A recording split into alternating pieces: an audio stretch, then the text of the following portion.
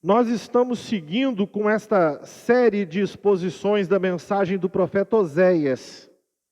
E hoje eu quero trabalhar com vocês Oséias capítulo 9 até Oséias capítulo 11, versículo 11. E hoje eu quero compartilhar com vocês sobre o triunfo da misericórdia. O que nós temos visto ao longo destas semanas aqui refletindo sobre Oséias?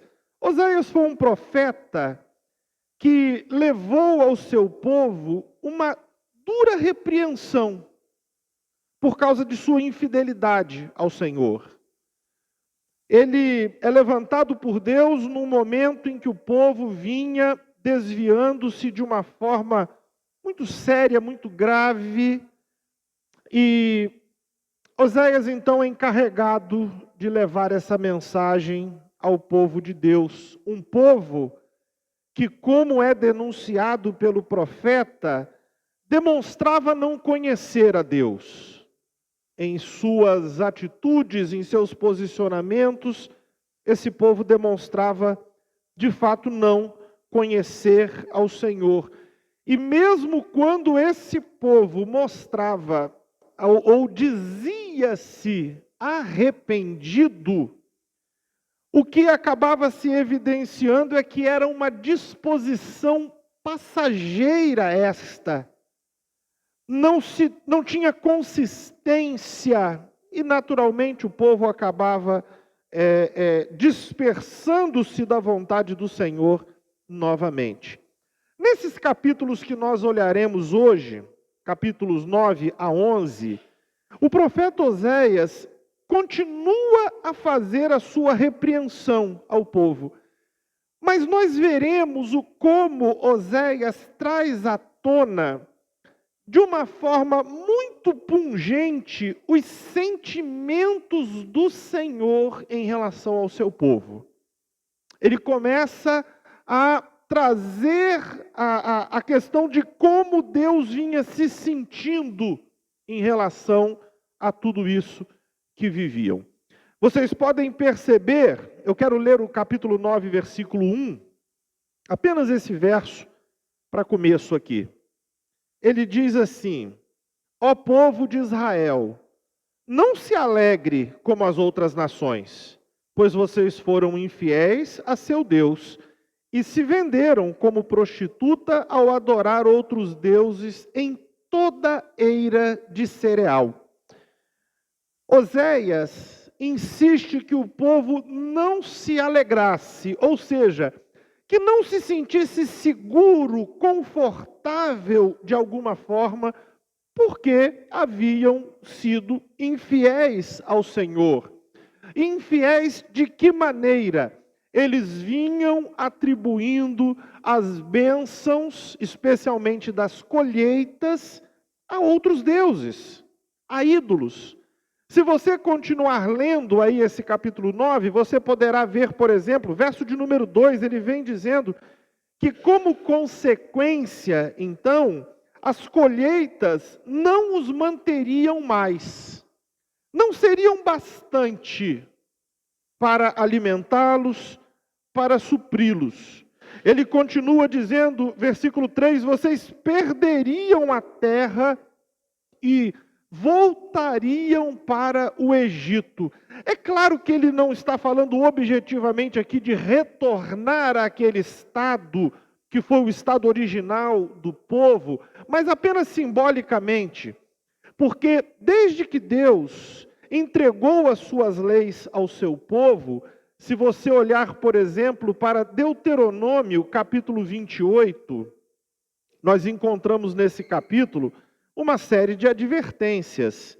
E em Deuteronômio capítulo 28, o versículo de número 68, já no final desse capítulo mesmo, versículo 68, ele diz assim: então o Senhor os mandará em navios de volta para o Egito, o lugar que eu prometi que nunca mais veriam. Lá tentarão vender a si mesmos como escravos para seus inimigos, mas ninguém os comprará. O capítulo 28 de Deuteronômio foi uma série de advertências que Deus fez sobre Tanto o capítulo 28 relata bênçãos da obediência, quanto ele relata também maldições ou consequências da desobediência, da infidelidade ao Senhor. Então Oséias, quando diz aquilo para eles, olha, vocês vão voltar para o Egito. Oséias tem em mente o contexto das advertências que Deus fez. O Egito de onde eles saíram, pensando, nunca mais voltaremos. O Senhor diz, não, vocês, se forem desobedientes, vocês voltarão. E Oséias, então, chama a atenção para o fato de que o povo havia se tornado pecadores hostis. Veja comigo aí versículos 7 a 9 de Oséias, capítulo 9 também. Eles dizem assim esses versos: chegou o tempo do castigo de Israel, o dia do acerto de contas. Sim, Israel dará conta disso. Por causa de seu grande pecado e sua hostilidade, vocês dizem, os profetas enlouqueceram. E os homens inspirados não passam de tolos. O profeta é um vigia sobre Israel para meu Deus. Mas por onde vai, encontra armadilhas. Até no templo de Deus enfrenta hostilidade. Meu povo faz coisas depravadas, como em Gibeá, muito tempo atrás. Deus não esquecerá, certamente os castigará por seus pecados. O profeta, ele chama a atenção para isso, acerca de como o povo se tornou duro, hostil até a palavra do Senhor, aos profetas do Senhor. Diziam que os profetas, aqueles que os repreendiam, aqueles que chamavam-lhes a atenção e chamavam-os ao arrependimento, diziam, são loucos, são loucos. A fala deles não tem proveito. Ou então, não passam de tolos.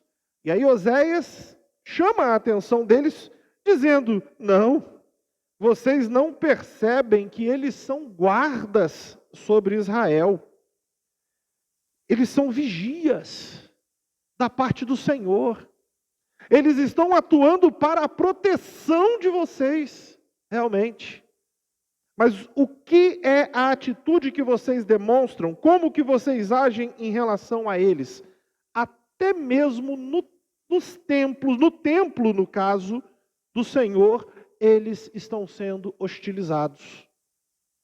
Eles estão sendo repelidos. E o povo, diz Oséias, havia se tornado tão depravado quanto os homens de Gibeá. Eu não sei se você se lembra dessa história de Gibeá, mas é uma história triste nas Escrituras, esta.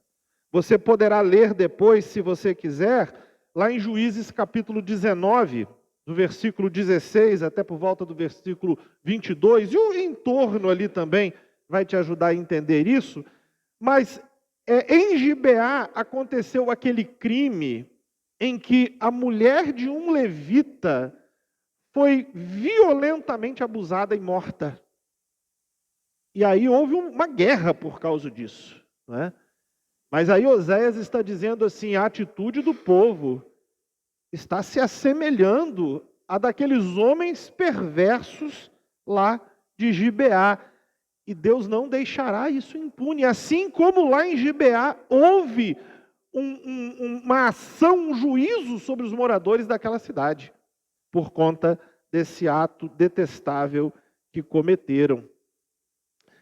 Oséias, então, no capítulo 9 ainda, versículo de número 10, eu quero que você olhe para ele com atenção, ele dá voz ao Senhor aqui.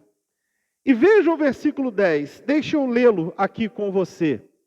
Ele está dizendo assim, veja, o Senhor dizendo, quando encontrei você, Israel, foi como encontrar uvas no deserto. quando vi seus antepassados, foi como ver os primeiros figos maduros.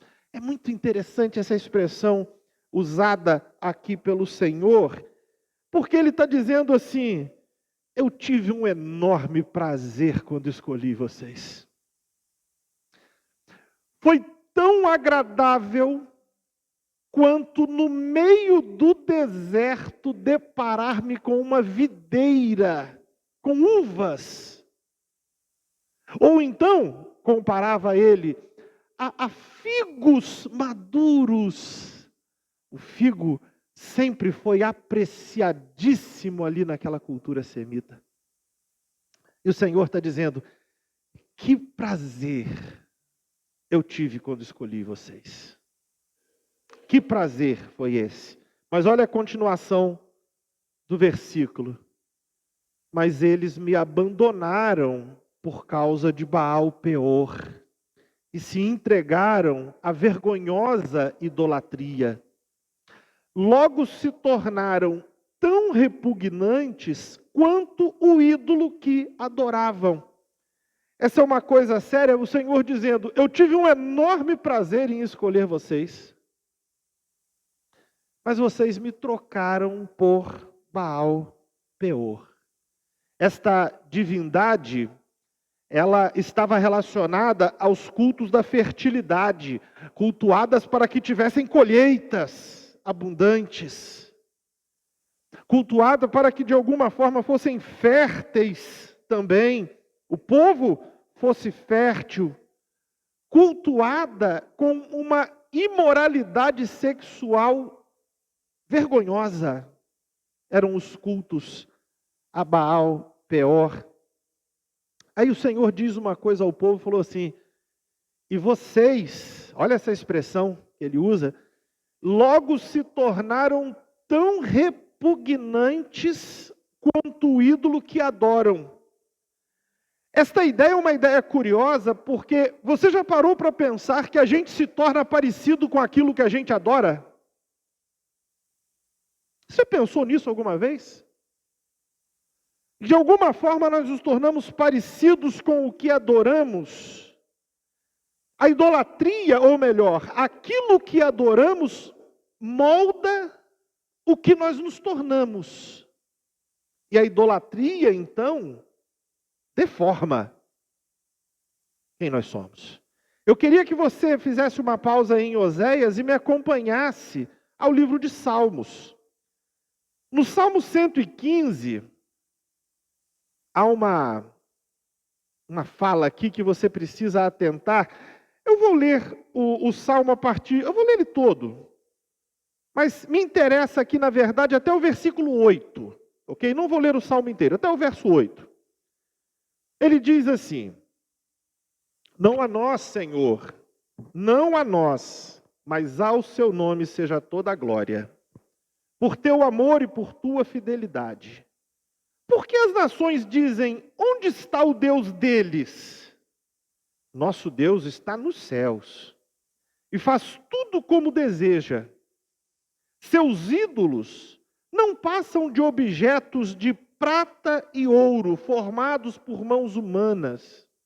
Têm boca, mas não falam. Têm olhos, mas não veem. Têm ouvidos, mas não ouvem. Nariz, mas não respiram. Têm mãos, mas não apalpam. Pés, mas não andam. Garganta, mas não emitem som. Aqueles que fazem ídolos e neles confiam são exatamente iguais a eles. É grave isso. É muito grave isso. E por que a idolatria é tão repulsiva aos olhos do Senhor? As nações questionavam: cadê o Deus de vocês? Porque se você entrasse no templo de Israel, não tinha uma imagem de um Deus. E ele diz: o nosso Deus está nos céus. E faz tudo como deseja. Agora, os seus ídolos, e ele começa a descrevê-los, não passam de objetos de prata e ouro, formados por mãos humanas. E ele vai apresentando que eles têm várias coisas que aparentam ter vida, mas não têm. Eles têm boca, mas eles falam? Não, não falam. Têm olhos, mas veem? Não, não veem. Têm pés, mas não andam, mãos, mas não apalpam, ouvidos, mas não ouvem, têm nariz, mas não respiram, têm garganta, mas não emitem som. Tudo neles aparenta algo vivo, mas é morto. Não tem vida nenhuma em si. E aí o salmista diz assim, o verso 8 é crucial. Ele diz: aqueles que fazem ídolos e neles confiam são exatamente iguais a eles, mortos também. Então o Senhor, quando ele olha para o povo de Israel e vê o povo adorando Baal Peor e diz: olha, isso é lamentável, isso é vergonhoso, isso é triste. Muito triste para a história de vocês, porque vocês estão assemelhando-se àquele ídolo, e ele repugnante, e vocês tornando-se repugnantes também. Por isso, capítulo 9 de Oséias prossegue lá no verso 11, dizendo: a glória de Israel fugirá, e eles que estavam cultuando deuses relacionados à fertilidade, o Senhor diz: não, vocês não vão ser férteis, o povo não vai crescer, o povo não crescerá mais. Olha o versículo de número 13, o Senhor olha e diz assim: eu vi Israel tornar-se bela como Tiro. Tiro era uma cidade ali da Fenícia, conhecida por ser rica, próspera, com um comércio maravilhoso, uma atuação marítima, uma frota marítima gigantesca. Ele diz: eu vi Israel crescer e se tornar próspera também, mas entregará seus filhos ao massacre. Vamos ao capítulo 10, me acompanhe aí por gentileza. Capítulo 10, versículo 1. O Senhor está dizendo assim: como Israel é próspero. Qualquer um que olhasse poderia ver isso.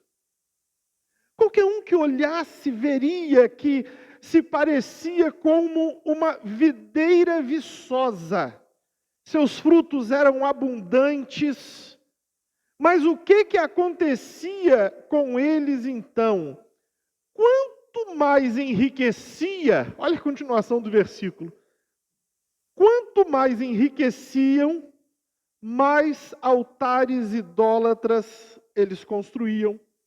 Quanto mais fartura eles tinham nas colheitas, mais colunas sagradas de ídolos, cada vez mais bonitas, eram feitas. Eles atribuíam essa prosperidade, estas bênçãos aos ídolos, agindo, portanto, numa atitude de ingratidão para com o Senhor. Para o Senhor que, de fato, cuidou deles. O Senhor vai dizer, então, lá no versículo de número 11, que Israel era como uma bezerra treinada para pisar o trigo. Mas ele seria obrigado a arar o solo. Aí vamos entender essa metáfora usada pelo Senhor aqui nessa situação. Porque pisar o trigo era uma das atividades mais leves que por acaso um animal daquele pudesse ser submetido, né? Ele tocava ali, por assim dizer, uma estrutura de madeira e aquilo agia como que uma espécie de moinho, mas não pesada, porque o objetivo ali era de fato debulhar, descascar, esse era o objetivo ali. Mas sabe uma coisa que é interessante? Era até uma posição privilegiada esta, para o animal, entendam. Da perspectiva de um animal na fazenda, cuidando de coisas. Aquilo ali era o que tinha de mais leve para se fazer. Havia, inclusive, uma instrução lá de Deuteronômio, só por curiosidade, capítulo 25, versículo 4, em que vai dizer assim: não ate a boca do animal enquanto ele está debulhando o trigo. Ele tinha, então, naquela função, o privilégio de se alimentar livremente. Livremente. Era bem servido naquela situação. Mas o Senhor diz assim: só que essa condição vai mudar. E agora vocês serão obrigados a arar o solo. Será colocado um jugo sobre os seus ombros, sobre o seu pescoço, e arar a terra. Isso agora era pesado. Muito pesado. Oséias, então, nesse capítulo 10, ele usa uma expressão assim, ele fala no final do versículo: colocarei um jugo opressor sobre seu pescoço delicado e obrigarei Judá a arar e farei Israel lavrar o solo endurecido. Revolver terra era pesado. Sobrecarregava, exigia muito das forças do animal. Mas o Senhor está fazendo uma comparação, não é? Nem Israel era uma bezerra e nem eles teriam que cavucar a terra. O solo duro que eles seriam obrigados a arar era, na verdade, o solo do próprio coração. Olha para o versículo de número 12, aí do capítulo 10. O Senhor está dizendo assim: eu disse, plantem boas sementes de justiça e terão uma colheita de amor. Arem o solo endurecido de seu coração, pois é hora de buscar o Senhor, para que Ele venha e faça chover justiça sobre vocês. O clamor acerca deles era: arem o solo do coração de vocês e plantem boas sementes de justiça. Porque se vocês plantarem essas boas sementes de justiça, vocês colherão uma colheita de amor. Colherão frutos dessa justiça. Essa justiça virá sobre vocês. A luta a que o povo de Israel seria submetido, então, era uma luta acerca do próprio coração endurecido. Por quê? Quando instados por Deus a fazerem tal semeadura, como que eles responderam a isso? Olha o verso de número 13. Mas vocês cultivaram a maldade e juntaram uma farta colheita de pecados. Em vez de semearem, plantarem a boa semente da justiça, cultivaram a maldade, tiveram uma farta colheita de pecados, e o verso continua dizendo ainda que se deliciaram com mentiras ao confiarem em seus exércitos. Então o povo seria submetido sim a uma ação do Senhor para isso. Nós chegamos então ao capítulo 11. E Oséias vai iniciar o capítulo 11 nos falando sobre os sentimentos de Deus quanto ao seu povo. Capítulo 11, versículos 1 a 4. Me acompanhem por gentileza.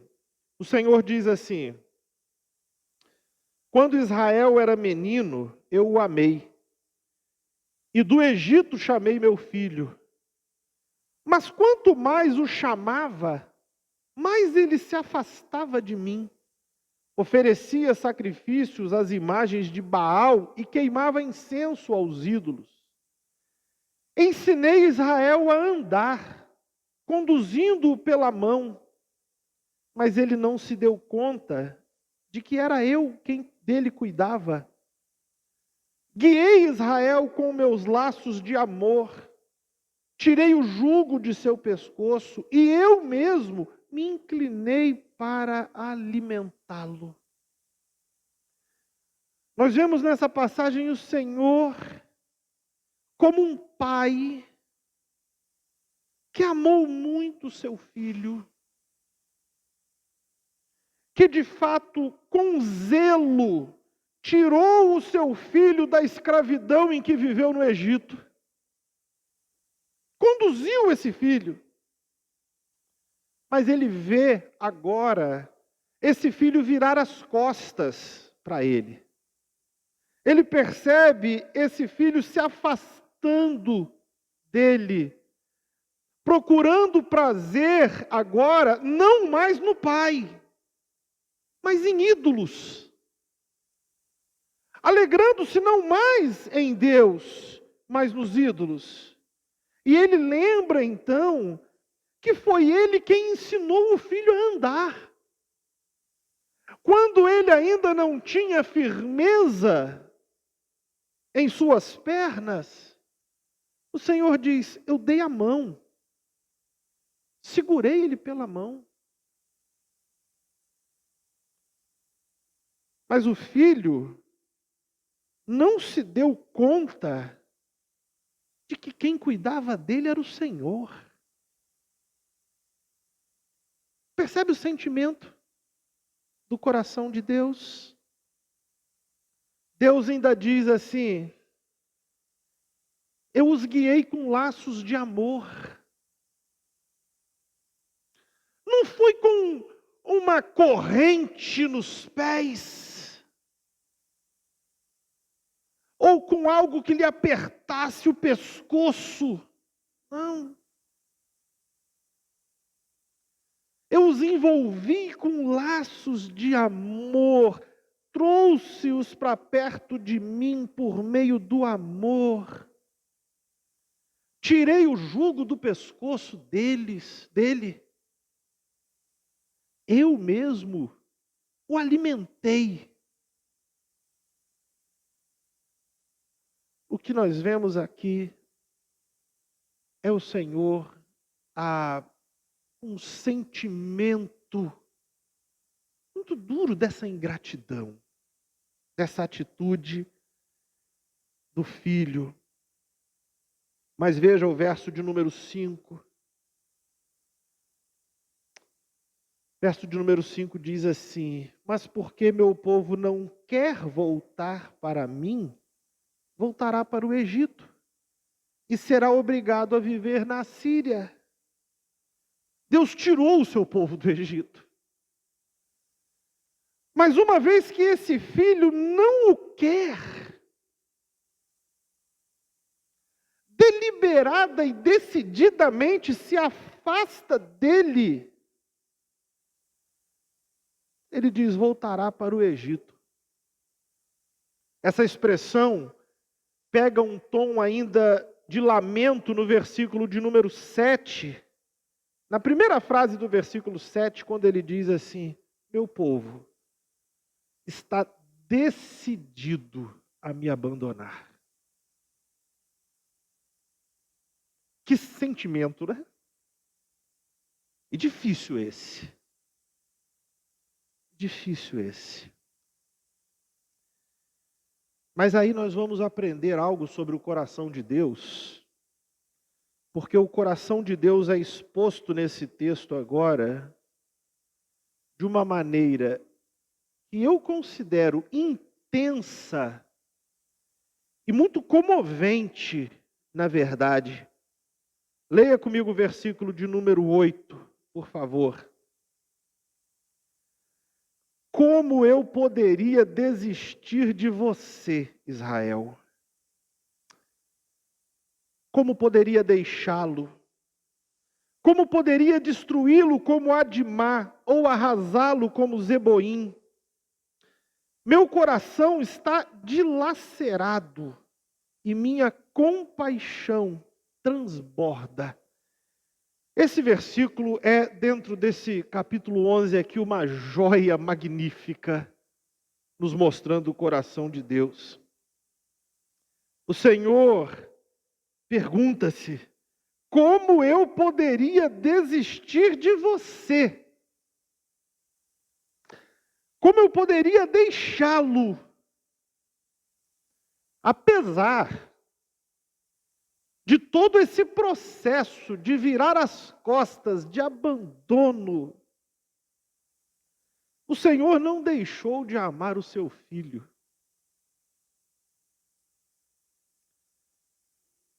Você se lembra de quando o Senhor Jesus contou aquela história do filho pródigo, né?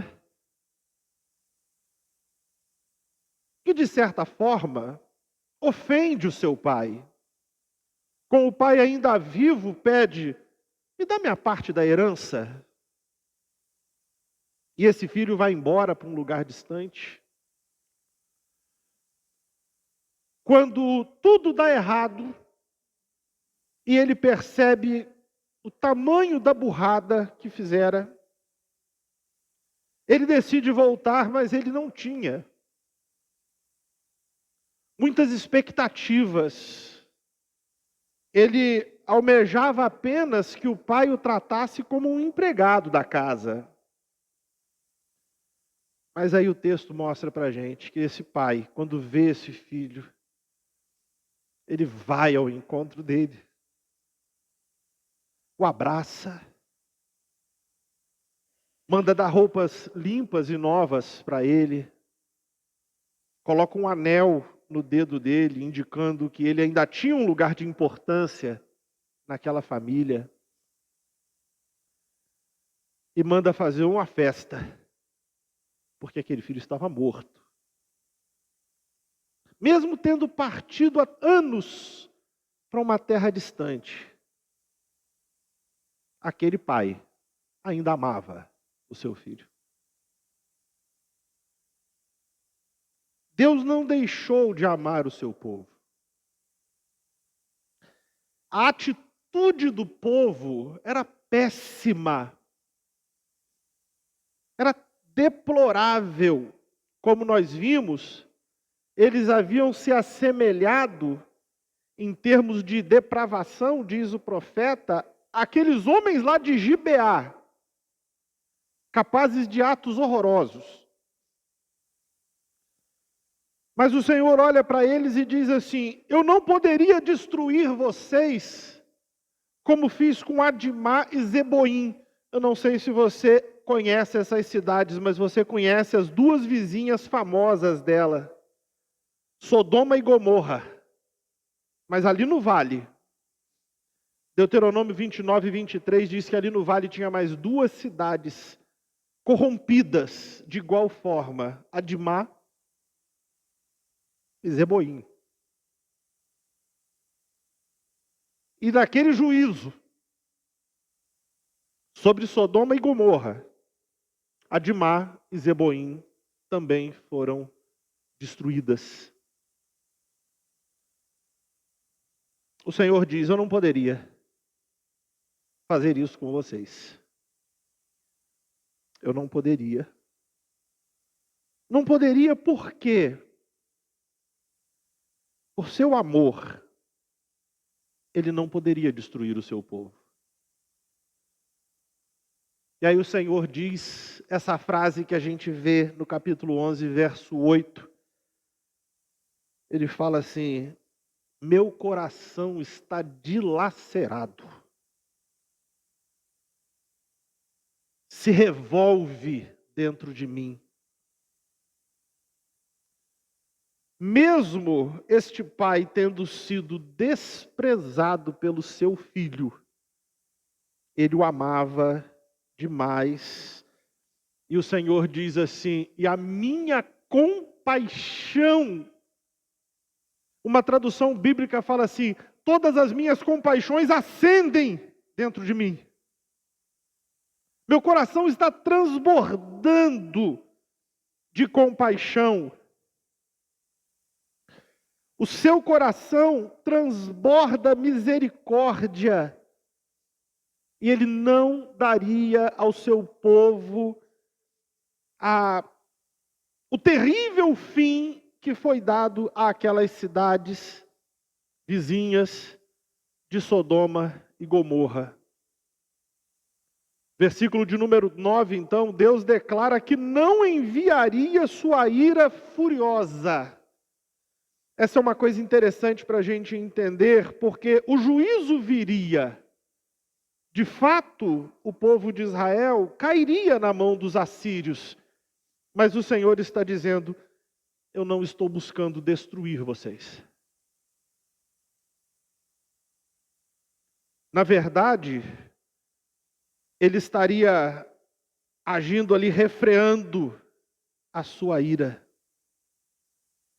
Por quais razões o Senhor refrearia a sua ira?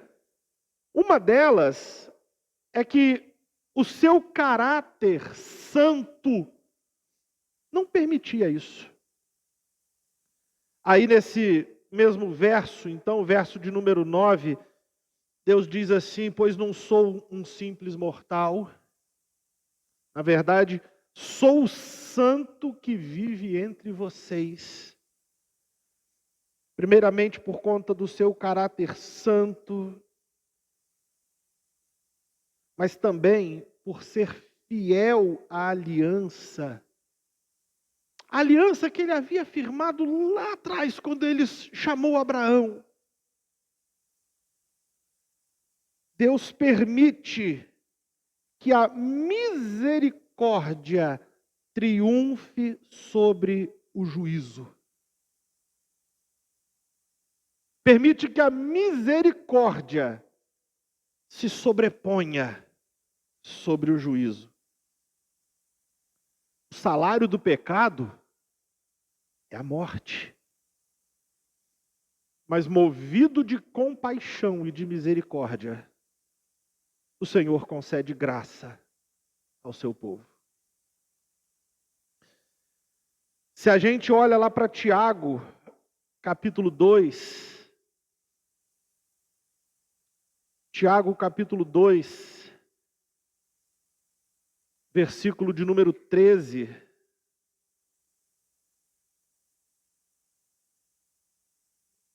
Tiago está dizendo assim: não haverá misericórdia para quem não tiver demonstrado misericórdia. Mas se forem misericordiosos, haverá misericórdia quando forem julgados.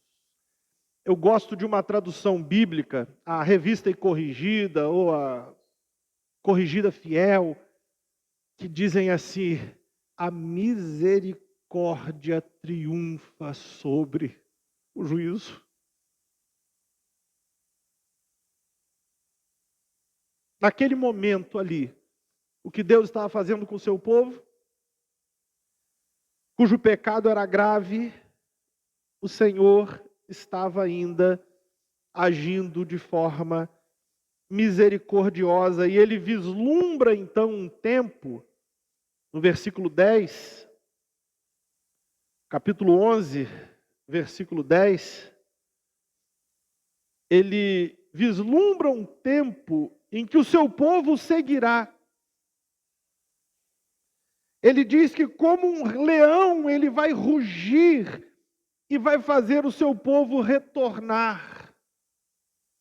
Deus ainda estava chamando o seu povo ao arrependimento. Não simplesmente para correr em direção à sua misericórdia, mas também para escapar do juízo que viria. E ele usa uma expressão aí no versículo 11, dizendo que como um bando de aves virão do Egito. A ideia aqui é interessante porque ele havia falado que eles foram capturados, enganados como pombas. Mas agora eles voltarão para suas casas. Parece a ideia de aves migratórias que, tendo ido embora, agora retornam e retornam para o seu lugar, onde procriam, onde tem a sua vida. Meus irmãos, Oséias nos mostra que o amor do Senhor por seu povo é inabalável. Apesar da infidelidade e da rebelião. O seu povo sofreria a invasão dos assírios porque era obstinado. No entanto, mesmo em meio ao castigo, o amor e a misericórdia de Deus permaneciam firmes e o Senhor prometeu restaurar aqueles que se arrependessem. Deixe-me fazer algumas colocações aqui com você, por favor, e eu quero ser breve nelas. Parece não ser incomum ao ser humano a ingratidão, como esta que Israel demonstrou para com o Senhor. Parece não ser incomum a atitude de, na prosperidade, voltar as costas para Deus, adorando outros deuses, entregando-se ao pecado. O povo chamou os profetas do Senhor de louco, de tolos. E mesmo Deus tendo sido um pai amoroso com eles, a gente se pergunta, quantas vezes não agimos de forma parecida com o povo de Israel?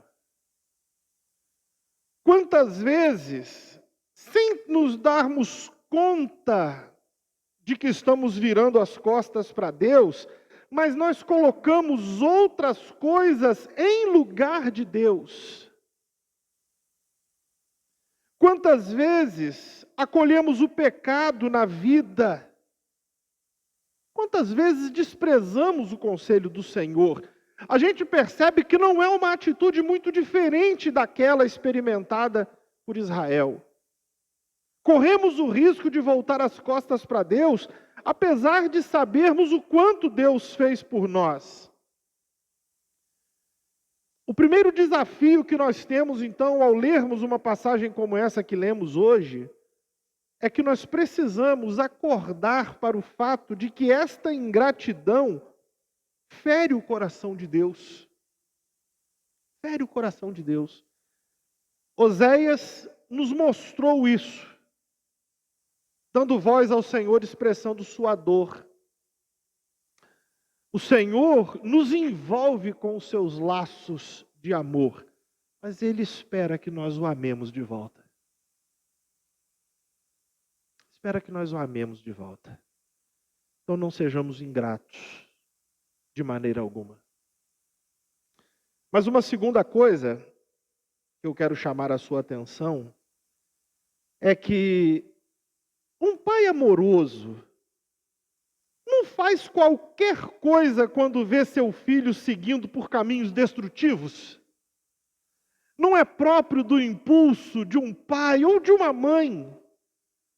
Se ver que o seu filho está num caminho destrutivo, ele irrompe e ele intervém de alguma forma. Deus olha para Israel e via que Israel estava se deformando através da idolatria, tornando-se repugnante, crendo em mentiras, afastando-se do Senhor. E Deus estava pronto para colocar um jugo pesado sobre os ombros deles. Um pai amoroso, ele faz qualquer coisa para salvar o filho que ama. Não fica indiferente em relação ao filho. Por mais que lhe doa, ele entende que o filho precisa lidar com as consequências de seus atos.